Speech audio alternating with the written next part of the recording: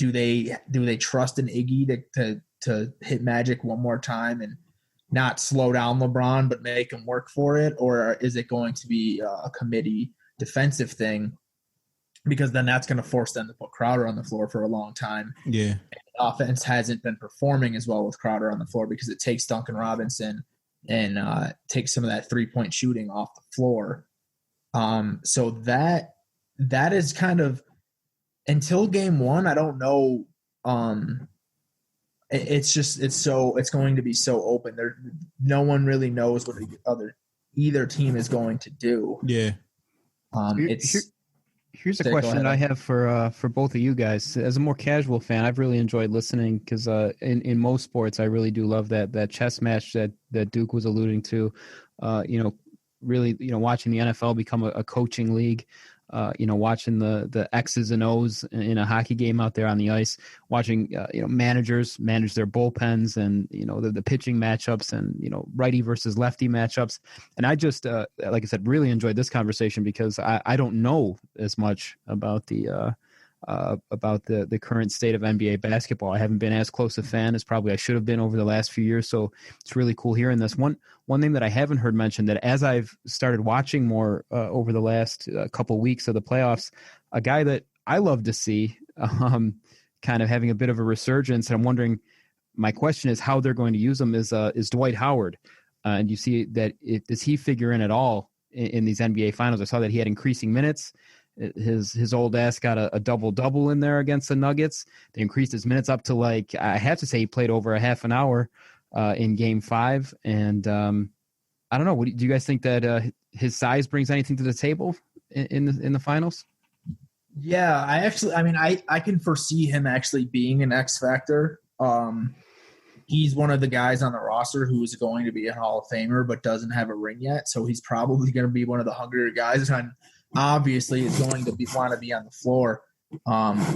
But going back to a little bit of what I was saying before is it all comes down to those matchups, and particularly inside. Obviously, LeBron's the biggest player, and he's going to get most of the media attention. But I think that's where the game's going to be won, which is kind of a far cry of the way the NBA has gone in the past couple of years. Does Vogel go back to kind of old school basketball and take advantage of the fact that after Adebayo, the Heat have Myers Leonard, Kelly Olynyk, who haven't played much these playoffs, especially that last series against the Celtics. And if they have both Anthony Davis and Howard in there, it's going to be extremely difficult because the Heat have no one for Howard if Adebayo is on Davis. And maybe they put Crowder on Davis and Adebayo on Howard. But even as good as Adebayo is, that's a pretty big mismatch because Howard can match that athleticism, but it's also taller. Adebayo, I believe, is 6'9". Howard's 7 foot, 7'1", maybe. Yeah, they both about 6'8", 6'9". Howard's really 6'9"? Howard is, yeah. He was listed as a 7-footer his whole career. You go you look at him standing next to LeBron, they're pretty much looking at each other eye to eye. Yeah. I mean, no way. There's no way. I'm telling you, bro. I'm telling you, he is not 6'9". He is not 7 foot. He was never a footer. There's officially listed at 6'10". These NBA players lie about their height. like how many times was KD saying he was 6'9"? Maybe I let the NBA freaking brainwash me. But yeah, the size, regardless, that Howard can bring into that lineup might force Spoelstra's hand, or maybe they just hope he doesn't kill them. But if he forces Crowder onto Davis, Davis is going to have a field day. Davis might win. Howard being in the lineup might lead to finals MVP status for Davis. He's going to have the mid-range wide open for him. He's going to back down Crowder every single time. Davis has the passing ability to dish the ball over to Howard for easy dunks if Adebayo has to come over and help defense. And defensively, it kind of neutralizes Adebayo as well, allowing Davis to guard him one-on-one and not worry about getting beat because he has such a capable rim protector in and Howard behind him. I foresee Howard getting a lot of playing time in game one. And from there, it depends on how Spoelstra game plans and tries and neutralizes them. I'm going to be interested to see if Howard is going to be playable. And what I mean by that, yes, the size factor that the Lakers can bring, they could just be physically imposing and just pound you on the glass and inside the paint. So that's one story. That's one universe. In another universe, they just shoot him out the gym. Like they just shoot him off the court. Like if everybody is going, and this is the thing about Miami, man, when they're going, when the shooters are shooting and everybody is hitting, they're unbeatable. Who is Howard going to be checking if that's that Miami team that we're going to get this finals? Because, okay, if you got Anthony Davis on Adebayo, or if you got Dwight Howard on Adebayo, whatever it may be, I think that might be what I have to be then. Because Adebayo, if he's cooking Howard, I'll be really shocked to see if Howard can contain Adebayo. I don't know. We will see. I guess we will see. But if you're spreading them out and you're doing 5 out, 4 out, you got Adebayo leading the offense, and he's running the offense through him, and he's able to kick out to these shooters. That kind of just makes Howard obsolete, and that will force the Lakers' hand to maybe go small, put Anthony Davis at the 5, bring in Kuzma to bring him at the 4. And yeah, I mean, like we were saying, it's the chess match. It's going to be what happens with these players and how do these coaches adjust. So in one universe, you got the Lakers just pulverizing them down low because the Heat are pretty small. Oh, and then in another universe, I can see just Miami just fucking shooting him out the gym and making Dwight Howard completely unplayable. Because Howard do get in those moments where, like, he was playable against the Nuggets because he was just checking Jokic all game, and he was just kind of just roughing him up the whole game. Like, he was just beating his ass literally the whole game, just elbows and talking shit to him. And you can tell it kind of got the Jokic too. It's kind of funny seeing Howard as a tough guy because he's never been like that his whole career. Like, Howard never been like that. But very interesting to see, man. That's a good question, Reuter. So, to give you my answer, I think that honestly, I don't know. It could go both ways. It can honestly go both ways. I know it's a cop out, but he could have a huge impact in this game. And at the same time, I can see him being unplayable.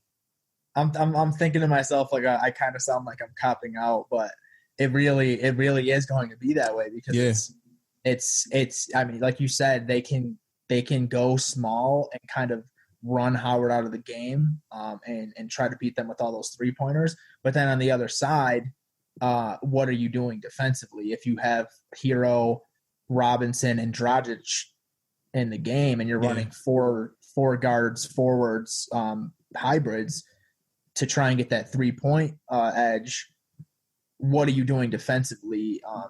Because you're definitely not running a zone with those guys effectively on the kind of athleticism they're bringing on the court with the Lakers. So it really, that is going to be huge. Game one will tell us a lot on how this series goes. In that aspect, I mean, Spoelstra is a huge upgrade over Vogel.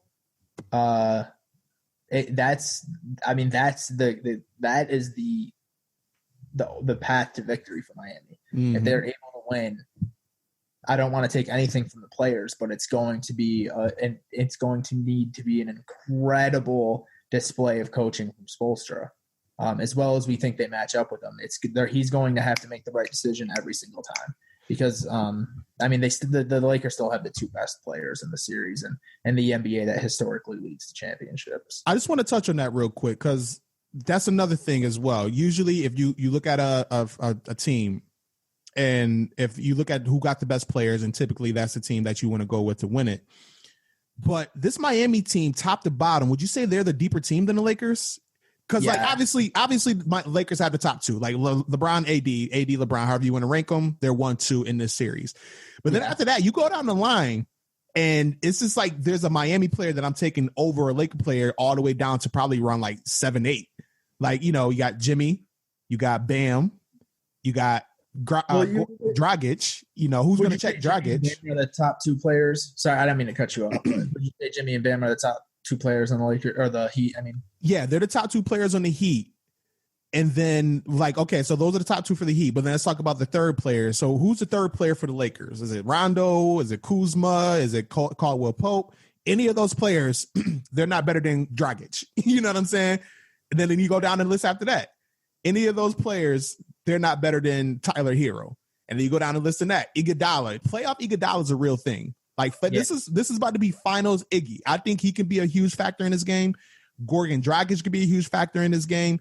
These are players, it's particularly Iggy, that's been there and that's done that and that knows what it takes to get the job done. And that's going to be huge for this Miami team. The Lakers got LeBron James. They got Rajon Rondo. Those are two guys that are championship players. And Danny Green. Like, that's it. So it's going to be interesting to see how these players handle this moment. You know, I mean, it's a neutral court, no crowd factor really. I'm very interested to see how this plays out. That's one of the things I've been thinking about for this game. Yeah, I definitely agree that the depth favors the Heat. It's not even necessarily depth because they're only having 7 or 8 players touch the floor. But like I said at the beginning of this segment, every one of them is dangerous with the ball in their hands. Yeah. But the Lakers have just faced that with the Nuggets. I mean, and kind of, even though Russ kind of shit the bed to a smaller extent with the Rockets, they've been the least deep team that in all of the series they played in. Honestly, even with Portland, with all those guys coming back from injury, they had, once you got past the top 2 guys, I would probably take 3 or 4 guys from Portland before I took guys from the Lakers.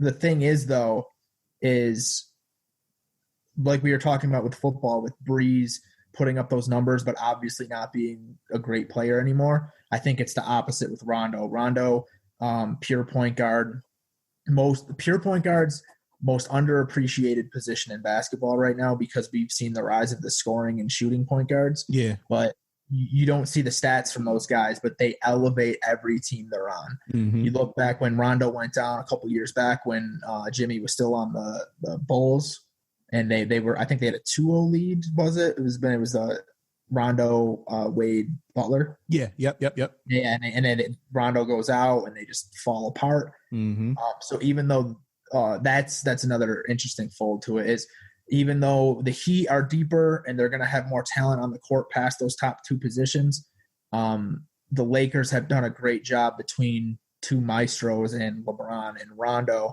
of getting those guys in the right positions. So I think it's less Spoelstra versus Bogle and more Spoelstra versus those 2 guys. Oh yeah, that's deep. So yeah, I definitely agree to kind of make this a concise point. I definitely agree that the Heat have the depth in their favor, but the Lakers have that on-court intelligence that no team in the NBA really has been able to match. Can I just note that I love that you called them maestros? Yeah, I'm a fan of that. As someone who can't chime in too much on this conversation, I just want to point out your use of the word maestros and how much I enjoyed that. So thank you for that. You're welcome. Thank you. All right, I want to give let's get predictions, and then we can go ahead and wrap up this show. So you already kind of gave your prediction, Duke. You said Lakers in 7. No, Lakers in 6. Excuse me. Lakers in 6. Yeah. Okay. But I do think that there's potential for it to be a 5-game series as well. Ooh. Yeah. I mean, it depends on the defensive game plan. 100%. If they stick to that zone, I think it's going to be in 4 or 5 games. But I give Spoelstra enough credit to think that he'll make the adjustment and it will be a 6-game series. Real quick, shout out to LeBron, man. 10 straight finals or 10 finals appearances. 10 finals in 11 years. That is stupid. like, that is stupid. Like, he's healthy.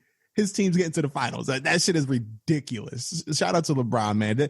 And I want to give a huge shout out to Anthony Davis, man. He's just getting lost in all this. The dude, that's a fact. He currently stands as the 3rd highest scorer in playoff history right now. He's 0.5 points behind Allen Iverson. And then obviously Jordan's at the top. But Anthony Davis has completely, along with Vogel to his credit, has completely transformed this team defensively. He is an animal in the playoffs.